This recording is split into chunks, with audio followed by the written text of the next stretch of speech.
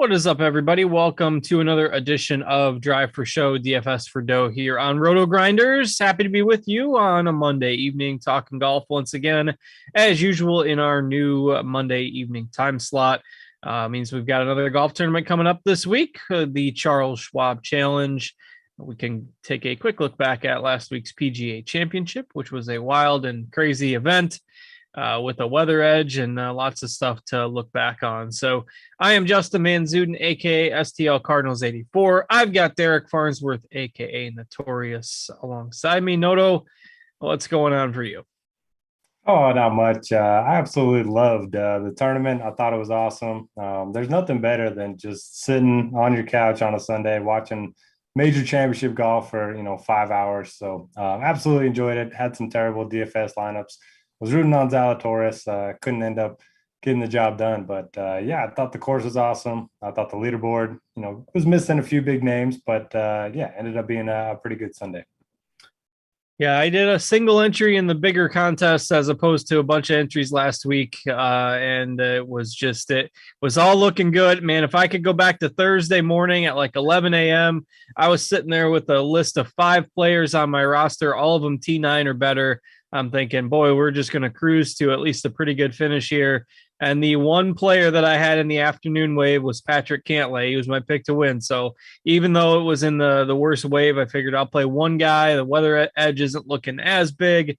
And then Cantlay just did absolutely nothing. Probably the 2 worst rounds of golf I've seen from him in terms of, everything from approach to putting. And he was just off all over the place. And then I had Norin that didn't do anything Friday and missed the cut. And then I had Mito and Zalatoris on that team who both, thankfully, if I would have had a 6-6, I can envision that probably would have ended up in some sort of bad beat with having Mito and Zalatoris and not having Thomas. So I suppose that's good in the end, but some cash would have been better than the 0 that I ended up with. But it was just a really strange kind of tournament that if you had guys that simply couldn't get anything going, it was pretty easy to slide down the cut line. And for those of you who didn't join us, we're doing these new Twitter spaces on Wednesday nights for the bigger tournaments.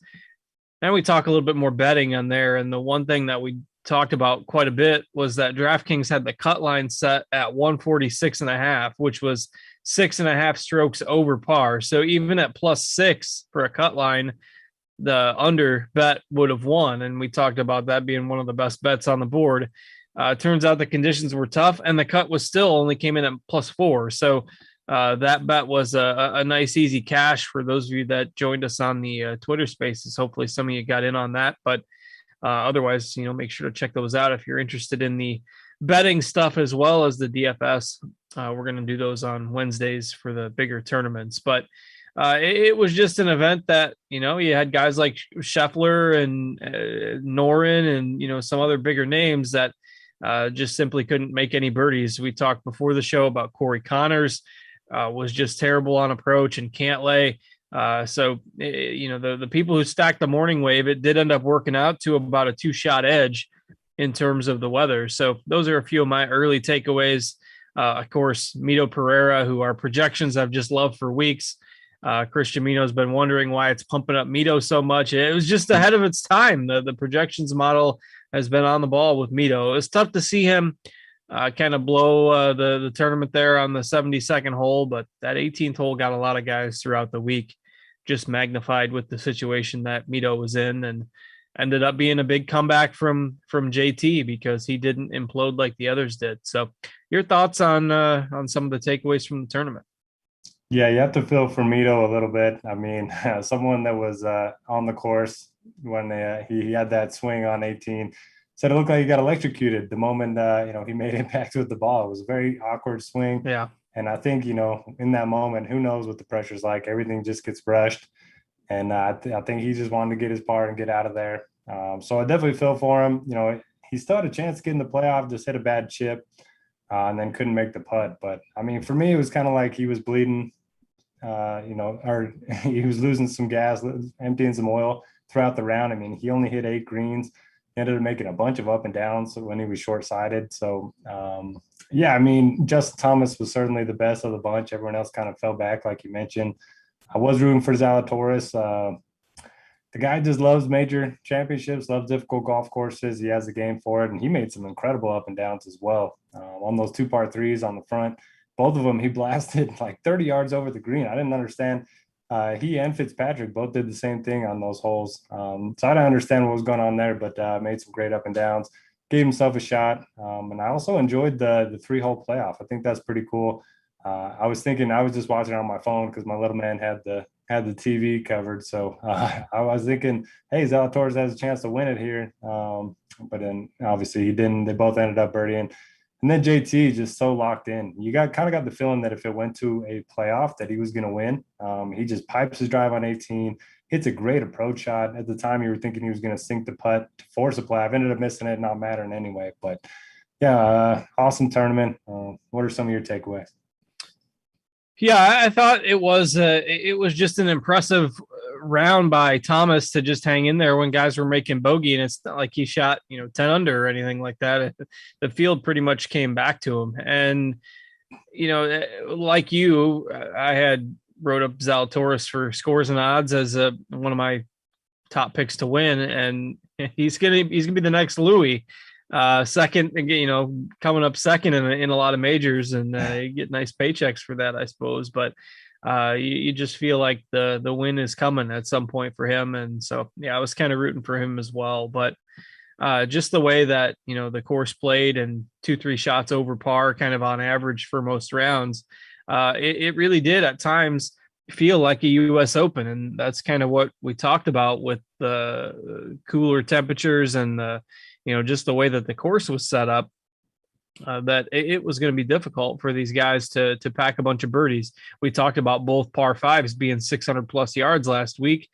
One of them, the one on the back 9, 13, I think it was, ended up being reachable in 2 a couple days when it was downwind. And if you had to hit 2 really, really good shots, but it was just a course that there weren't a lot of holes that you could go out there and say, oh yeah, this is a birdie hole. And they made the one short par 4 drivable a couple days. But it was just a tournament where par ended up being a good score on a lot of holes, and, ended up feeling like US Open a little bit. Long, challenging. And it was really interesting to see, when you figure it's okay, it gets a little damp, it's playing a little longer, to see Fitzpatrick be able to hang in there. He's obviously not the longest off the tee. Faded a bit on Sunday as well. But Cameron Young, maybe the one guy we haven't really talked about yet, that just keeps on pumping out impressive finishes. And for him to just be doing all this in his first time, seeing a lot of this pressure and a lot of these tournaments, really, really impressive. And he ended up finishing just 1 stroke out of the playoff too. Now, it was a little bit, his rounds were a little weird. I went and looked back at his putting stats. Minus 1.9 putting on Thursday, plus 2.2 putting on Friday, plus 3.6 putting on Saturday, and minus 1.8 putting on Sunday. So still came out to a really solid week with the putter, which is part of, what kept him up there. But really impressive to see him be able to just pump out a top 5 finish at a major. So everyone's going to talk about Thomas. Everyone's going to talk about Zalatoris and Mito. Without some of those storylines, I think a lot more people will be talking about what Cam Young did. So that was another takeaway for me. Yeah, I continue to get him wrong. I ended up playing just a little bit of him last week, and I was so impressed on Sunday. He was in some really tough spots, and he's not doesn't have the best around the green numbers for the season, but he made some great up and downs on Sunday to kind of keep his round going. So yeah, I mean, I just got to start playing him every week. Seems like it's only a matter of time before he gets that win. He's also really good friends with Zalatoris, so it'll be fun to see who gets their first win first between those two. What do we think of Rory's performance? I mean, he was 500 through 11 holes on Thursday, and then just completely falls apart Friday, Saturday, and then has the big charge on Sunday like he always does once he's out of contention. What do you think about Rory at this point? Yeah, he can't put 4 rounds together when he's out front. I don't know if it's and it seems like it always triggers like between rounds. Like that first round is one of the one of the best rounds you'll see in. Granted, the conditions were a little bit easier when he was out there playing on Thursday, but still, he was playing with Spieth, who shot 2 over on Thursday, and Tiger was what 3 or 4 over after the first round. So, and Rory just went out there, birdied 4 holes in a row, got to 6 under, made a couple bogeys, and still came back and made like a 20-footer on his last hole to finish -5. And then he gets out there Friday and just does nothing. Just 1 birdie, 42% driving accuracy. So, you're only hitting 5 or 6 fairways.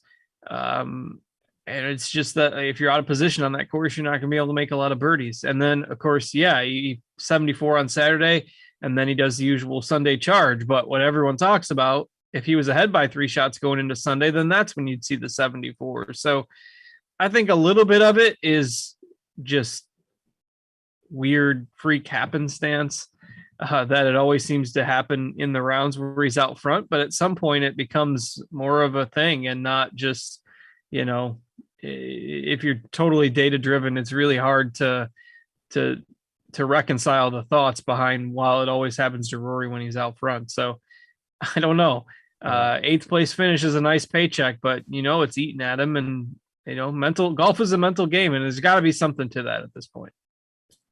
Yep, and then Tiger, kind of sad to see him. I mean, we were getting reports on Monday and Tuesday that he was looking great, walking without a limp and all this stuff. And then Wednesday, we got reports that, he was kind of laboring around the course. And clearly the back 9 Thursday didn't look good. And then Friday was worse. Saturday was even worse than Friday. So, man, we want to think that, his leg's just going to progressively get better. But what if this is 100%? It's just going to be hit or miss moving forward. It's sad. I mean, I'm hoping he's going to be able to, play a little bit more golf moving forward. But that definitely worries me. And then, who led the field in tee to green? I couldn't believe this when I heard it. Cam Smith. Yes, I did see that today. I forgot. And then now that you mentioned it, he just didn't make any putts. Yeah, the guy that made everything a couple months ago. So kind of interesting. Yeah, he was -3.5 strokes with a putter just on the weekend.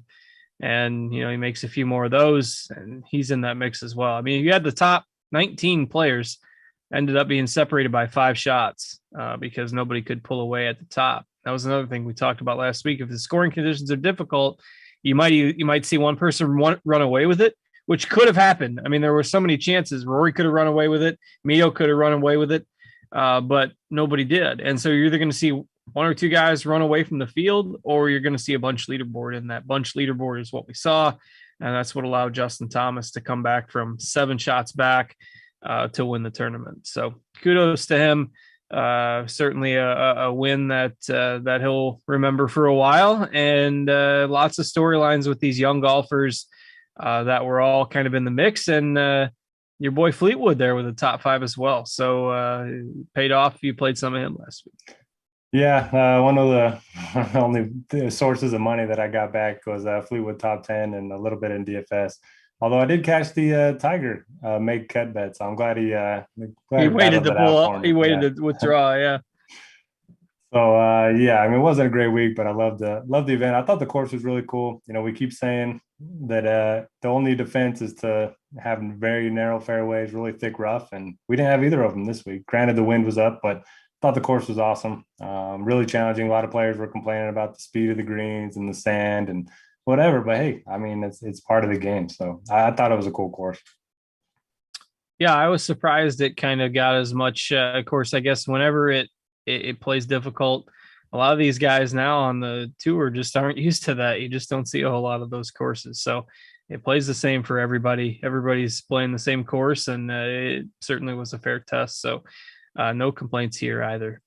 All right, let's go ahead and move ahead. Enough of the recap. We'll move forward here to the Charles Schwab Challenge tournament that's changed sponsors quite a bit through the years, but played usually around this time of year all the time at Colonial Country Club. So we've got like 7 decades of course history on Colonial, plenty of data to look at.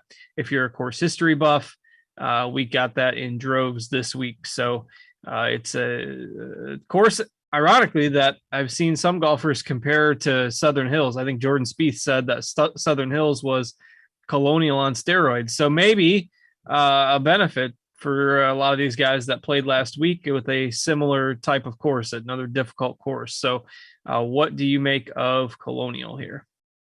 Yeah, I think the difficulty might be somewhat similar. The green size is similar. The green type of grass is similar. It's both bent grass. But I mean, you can't get any different off the tee. You know, we saw 40-yard wide fairways at Southern Hills. This is about 27 yards wide. Some of the most narrow fairways that you're going to see on the PGA Tour. And you're going to see a lot of guys, you know, club down off the tee.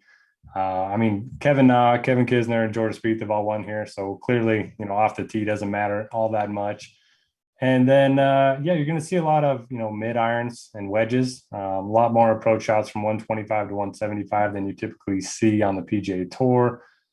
And yeah, I mean, for me, it's just about, you know, getting it in play off the tee, and then everything else, you know, from second shot in. The greens are going to be tough to hit because they are small. So scrambling matters, putting matters, approach play always matters, probably more than most weeks this week. And yeah, course history is pretty predictive year in and year out. So guys that have played well here in the past tend to play well each and every year. And I saw you had an interesting note in the survey about that as well. Yeah, first time winner to win here with Sergio Garcia 21 years ago. So, you know, we've got all these good young golfers that have been coming up and playing this for the first time over the last 3, 4, 5 years, and nobody's won it in their first appearance. A couple have come close, but just goes to show you that this is a course, another one that, and it's not surprising with a more challenging layout, that experience tends to benefit more. So no first time winners for 21 years here. We'll see if anybody can buck that trend. I think it was Morikawa a few years ago was tied second in his debut. So close, but not quite there. So, yep, don't totally agree on the experience angle being a factor this week. So, yeah, just 2020 was also the COVID year where this was like the first event back. So I think it was played in July or August. And anyway, so it played a little bit differently, I think, and had a significantly stronger field for that go around as well. All right, let's go ahead and start digging in. We've got a fairly strong field for the week after a major. It kind of surprised me to see a lot of these big names in the field. We might see some changes. I wouldn't be surprised to see a withdrawal or two, so keep an eye on that. Bubba Watson, I believe, was in the original field, and now I've forgotten his injury. He tweeted it this morning. Now I forgot. Did you happen to see that? Bubba's hurt. I didn't see that. Yeah, I'm gonna find it here. I just gotta find the tweet. He was my fade in the survey, so I better go change that. Well, yeah, better change that because that's a pretty easy one. Torn meniscus in his knee. He's out for about 1 to 2 months. So no Bubba in the field anymore. I wonder he blew up on Sunday. Yeah, he said he had it examined after the tournament, and then there you go. All right, so we've got our usual, again, 5-6 golfers above 10K on DraftKings. We do have projected ownership up nice and early this week. We've got Hovland, Zalatoris, Spieth, Morikawa, Thomas, and Scheffler above 10K, who are a couple of your favorites at the top. Hard for me not to go back to Jordan Spieth, a guy that always plays well in Texas, and let down to the first major, went out the next week and won the RBC Heritage. Let down last week, but I think he gained 8.6 strokes tee to green. Once again, it was all the flat stick. He lost 3.2 strokes with the putter. So, yeah, I'll go back to Jordan Spieth. He's 1 year before. He's got a couple of seconds as well. Three seconds, actually. So 10-4, I like the discount there. This is a rare week where the model actually likes Spieth at this price point. So I was surprised by that. Don't know what to do with Justin Thomas coming off the win. It kind of feels like he's just been grinding forever to get that win. He's been so close since the last year's Players. So maybe he just keeps it going. I wouldn't be surprised. I'll have a little bit of him, but I'm going to be probably a little bit lower on Zalatoris and Scheffler. I don't have anything against them. Just can't play everyone up here. And then I'll play a little bit of Hovland just because he's such a good ball striker and he's kind of the forgotten one right now. What's his projected ownership right now? Hovland's? Yeah. So right now we actually have him as the highest owned golfer in the field. Then if that's the case, I'm not sure if that will hold. Obviously, these are very early numbers, but we've got Hovland and Spieth as the top two at the moment. So I don't know. That surprised me too. I wasn't expecting him to be that high. Yeah, that'd be strange to see him twice as owned as Zalatoris, but yeah, maybe I'll just play some sub 10% JT. That sounds pretty interesting. Yeah, the narrative is it's really easy to say, well, Thomas and Zalatoris said and they were in the playoff and the major, and now they're just going to be exhausted and let down city and all that stuff. So I don't know, really interesting. But if those numbers hold, I might buck my usual trend and play Thomas the week after a major. Pretty hard to ignore his numbers if he's the lowest owned of the bunch. So otherwise, I like Morikawa. I think his game's a great setup for this course. His tee to green play is going to shine here. And again, his two trips, second and 14th, I believe, the first two times he's played here. So Morikawa, I like, and can't disagree with Spieth given the circumstances as well. So pretty solid top range. Mix and match them how you like them. Pretty hard to find fault with a lot of them unless we see another withdrawal, obviously. We're going to get burned by Scheffler again? Probably. That seems to be the way. Although last week he didn't burn us. Yeah, so true. We're even. We just need him to miss. That's right. Maybe this is the time we buy back in to Scheffler. All right, let's go ahead and move down into the 9Ks. Not as many golfers here as usual. We've actually only got the same amount of golfers in the 9K range as we did in the 10K range. Worth noting, we only have 120 golfers in the field this week because it's an invitational tournament. So we don't have the 144, the 156. We've only got 120. So it's a smaller field this week. And you will generally see a larger percentage of 6-6 lineups. Though last week, the percentage was pretty high. With most of the chalk other than a couple making the cut. So anyway, we don't have as many 9K options as usual. Who are you liking in that range? This is typically where I like to start lineups, but I think I'm going to be underweight on a lot of these guys. Homa, he's been playing great, but he just feels overpriced to me. I like some of the guys in the 8Ks a little bit more than him, straight up. Answered, played great last week, but I mean, prior to that, he hadn't had a top 30 since October. So I don't know if that was just a flash in the pan or something we can continue to expect. He does live in Texas, and he does have a couple, T14s here the last 2 years. So maybe a little answer, but if he just had like a, 35th place finish last week, he would be a lot cheaper than this, I would think. I like Finau.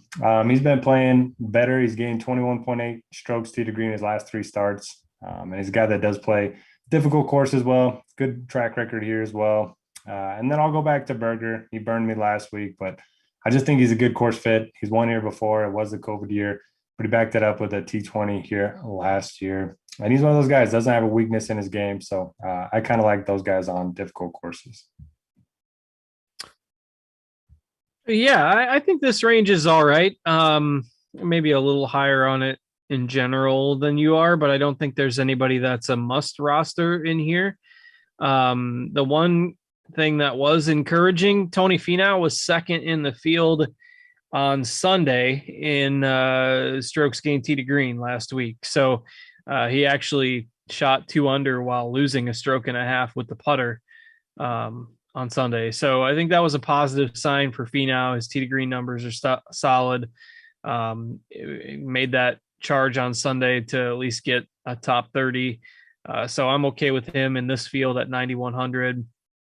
And I like Burns as well. I think he's an interesting name. I'll keep an eye on his ownership. I have him tagged up for now in our lineup HQ tools. Speaking of, you notice that during the show, we'll talk about our tags. Sometimes we'll talk about our projected ownership. If you want access to that, we do it all through the Rotogrinders lineup HQ tool, which normally a lot of those features are only accessible with the Rotogrinders premium subscription. If you want to try that out, we are offering it this weekend for free for baseball. So in celebration of Memorial Day, Friday, Saturday, and Sunday, you can get 3 full days to give that lineup HQ a test drive. And if you like it, then sign up for a premium subscription and maybe get the PGA premium and use those same tools for golf. So anyway, heads up for those of you who are interested. Lineup HQ free this weekend, Friday, Saturday, and Sunday for Memorial Day weekend baseball. All right. Anything else in the 9Ks for you? No, not really. I do like Burns. That's a good call there. But for the most part, probably just Fien Allenberger. All right. I don't have a problem limiting the exposure to that tier. Again, I like it. But right now we've got Homa as one of the highest owned. If he's going to be super chalky at 9,400, I think I'll pass. You mentioned, the reasons to maybe be hesitant with Answer. With injury concerns, etc. You can maybe thin out that range a little bit. So let's go ahead and move into the 8Ks. Really interesting names in here. We mentioned Fleetwood, strong finish last week, always tends to be up and down, but now the ownership will pour back to him. Webb Simpson had a really good week. He struggled with injury for much of the year. So I think if you're just looking at stats, obviously Simpson isn't going to pop, but if he's healthy and back to his normal form, he's an interesting target. Mito, we obviously know where he's been the last few weeks and what he's been able to do. How will he recover from that 72nd hole? Davis Riley had a pretty strong week. So this isn't the strongest, the deepest field. So it does start to thin out in here a little bit, but no shortage of talking points. So what do you like in the 8Ks? Yeah, I mean, I want to play Fleetwood, but I like Fleetwood when he's 7,500 and low owned. I don't like him when he's 8,800 and going to be high owned in the first time he's ever played this course, at least in the last 5 years. I don't have any record for him at this event. So I don't know. I like Gooch a little bit more. Played really well last week. And I went and looked through, his game log. So his last 12 events, he's missed the cut 3 times, but every time he's made the cut, he's finished in the top 30. So a guy that when he makes the cut, he's going to grind on the weekend. I always love that, especially for tournaments. So I do like Gooch quite a bit. Don't know what to do with Webb. I don't think I'll, chase that until we see a couple weeks in a row. I don't think I'll go to Mito. Just there's no way to know, how he's feeling right now, how it's going to impact his performance. If people want to play him, I get it. The ownership is certainly going to be enticing. But my model likes, the bottom of the range, Kevin Na, 8,100. He's won here before. The recent iron play has been great. He's gained 14 strokes on approach his last 3. We know the short game's good, and this isn't a course where, lack of distance off the tee is going to hurt you too bad. So I like him. And then the model likes Horschel. I never like Horschel, but he seems safe at this price. Yeah, I never like him either. It does seem, I do agree, seems safe at the price, and he'll surely get out of some trouble with some hero par saves like he usually does, but does grade out well in our Rotogrinders projections and in your model as well. So bottom part of the range, and Bryson, obviously you just can't play him right now, even if he stays in the field, because he admits that he's not all the way back. So wouldn't be surprised if he ends up withdrawing. If stays in, it's just a wait and see approach. Kokrak and Kevin Na might get some ownership as well at the bottom end of this range. Looks like our Rotogrinders projections like Kokrak a little more. Looks like your model maybe likes Na a little bit more, but certainly guys that grade out fairly well, particularly for balanced type builds. They could fit those. All right. So any other thoughts on the 8Ks? Any interest in Riley? I think he's an interesting one after what he did last week.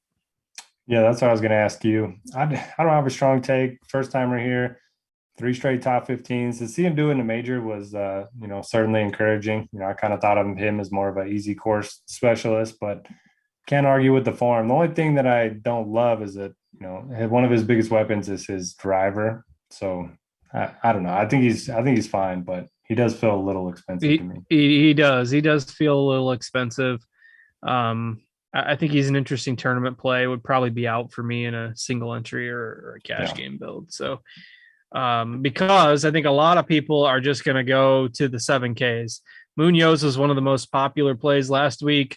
Didn't do anything on Sunday, but I mean, he didn't exactly burn you. So, and it seems like he's constantly affordable, 7,700. Varner at 7,800. Chris Kirk has been one of the most underpriced guys kind of throughout the year at 7,900. Woodland's gaining more steam again at 7,900. So this is where a lot of people are going to go for one or two of their mid-range plays. You throw, Tom Hoagie's had a pretty good year, and all these guys are priced like 77, 78, 7,900. We talk about how Zuiden makes a lot of cuts. So you can easily pick a couple guys, and a lot of them feel fairly safe from the high end of the 7K range. Anybody you see in particular in there? Yeah, I love this range. Love pretty much everyone in this range. Brian Harman, got to start there. He's gained 10 strokes on approach his last two starts. I don't think he's ever missed a cut here. 8 straight made cuts, all in the top 35. You like him on par 70s. You like him on shorter courses. So I like Harman. I like Chris Kirk as well. His tee to green game has been awesome. He's gained at least 2 strokes tee to green in 10 of his last 11. He's also never missed a cut here, and he won here back in 2015, I believe. Coming off of a solid week too, T5 at the PGA Championship. So I like Kirk and Harman the most, but Varner rates out really well for me. A guy that's been very good with his irons, some decent course history here as well. I like Woodland. He's been playing well, tee to green, and he's got 2 top 15s here in a row. You mentioned Munoz. I don't mind that. Justin Rose finally showed some life last week. I don't think a lot of people will be willing to go back to that well. And then Cameron Tregale, I think he'll be low on. He's probably the leverage play in this range because, we have him at 4% right now. He's been playing better. He likes difficult courses, and very good putter, especially on bent grass. So a lot of interesting names here. I don't think you can go wrong with pretty much any of them. I was looking through the data a couple weeks ago to try to figure out why Brian Harman withdrew a couple weeks back. But anyway, that's irrelevant to this story. But my hometown event, the John Deere Classic, Harman plays that every year, and with how weak the field is, if his form keeps improving, I could see the John Deere Classic being the W week for your boy Brian Harman. So you definitely can't miss out on. Well, when's that? It better be soon. It's the week before the 4th of July, so it's So it might be like his 3rd win by then.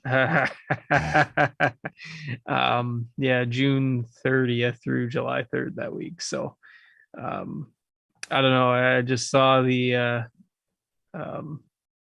tweet that Harman was in the field for the John Deere Classic, and made me chuckle a little bit. So all right. I lost my train of thought talking about Brian Harman and the John Deere Classic. Let's go ahead, and I agree. I think that range is really solid from 7.6 to 7.9K. A lot of guys will be somewhat popular in there, but ownership will also spread out to some degree. And then what that brings you is like no ownership on the lower end of the 7K range. Whoever you look at, it's probably going to be single digit owned, probably from here through the end, because you're going to see a lot of people close their lineups with like a $75, $76, $70, $7,700 play. Rather play a couple of those guys than try to dig too deep. So we're not looking at double-digit ownership really on anyone the rest of the way. Is there anybody else above 7K that you think is interesting? Well, one of the names is going to surprise you. Patrick Reed. I have a little bit of interest in. So his driver's been nothing short of terrible. I think he's lost a million strokes this year off the tee, but everything else is kind of trending in the right direction. He's a guy that plays well on difficult courses. He's got a top 10 here, played pretty well last week, everything but off the tee. So I don't hate Patrick Reed. I'll play Kevin Kisner. Typically he's like 9K on these shorter tracks, on the ones that he has a good, course history at. So even though the form is not encouraging at all, I'll go to Kevin Kisner. We talked about this the last couple of months. There's 8 events where you play Kisner. This is one of them. So I'm going to stick to that for now. CT Pan rates out really well for me. He's been playing some consistent golf, very good iron player. Underrated around the green too. So if he can have a good putting week, I think he could really surprise some people. And then I think Troy Merritt's going to become the chalk play in this range. I've already seen him tipped up in the betting markets, on a number of sites already. So I do think Merritt could get some ownership, but a guy that has plenty of upside for tournaments. Yeah, we've talked plenty of times on this show about how when he makes a cut, he's usually in the mix for a top 30 or so, and he's 7,300. If you want to pick a guy that's going to play great the first 3 rounds and then fade on Sunday, you can play Ryan Palmer. It's home course. He'll be in the mix there, and then fade on Sunday. So he's had some good events, just very hit or miss. He's one guy that I tend to get right. That's pretty rare. So I'll go back to the well with him at 7,300. I don't think that's a bad price tag for him. He's like the poor man's version of Rory. He just needs to put 4 rounds together, and his blow up round is usually worse than the Rory blow up round. But kind of like those calls on the lower end of the 7K range. Throw Palmer into the mix for me as well. Anybody else down there? Start your lineups with Palmer and Patrick Reed and see where it goes. Probably getting one guy. One of those two is going to miss the cut, and one of them is going to be inside the top 5 after Saturday. And just have to see where it goes from there. I will note that Stewart Cink, for whatever reason, just crushes every week after the major. I don't know if there's anything to it, but just look at his record. It's pretty crazy. So I don't like him this week. I don't think it's a very good course fit. He's more of a bomber for me, but hey, maybe he just peaks in time for the majors and gets too nervous at the major that he plays well the next week. All right. Let's see if we go down into the 6Ks, talk about guys that, we got to talk about on this show. We've got Doug Gim back in the field this week at 6,700. So you give me Doug Gim at 6,700, I'll take that. When he was 8K or whatever, the random couple weeks, I didn't have much interest, but I haven't talked about Doug Gim in like a month. And so my, the royalty fee that he's got to pay me for talking about him on the show, I got to get the mentions back up. So in all seriousness, I mean, he just needs to figure out the putter.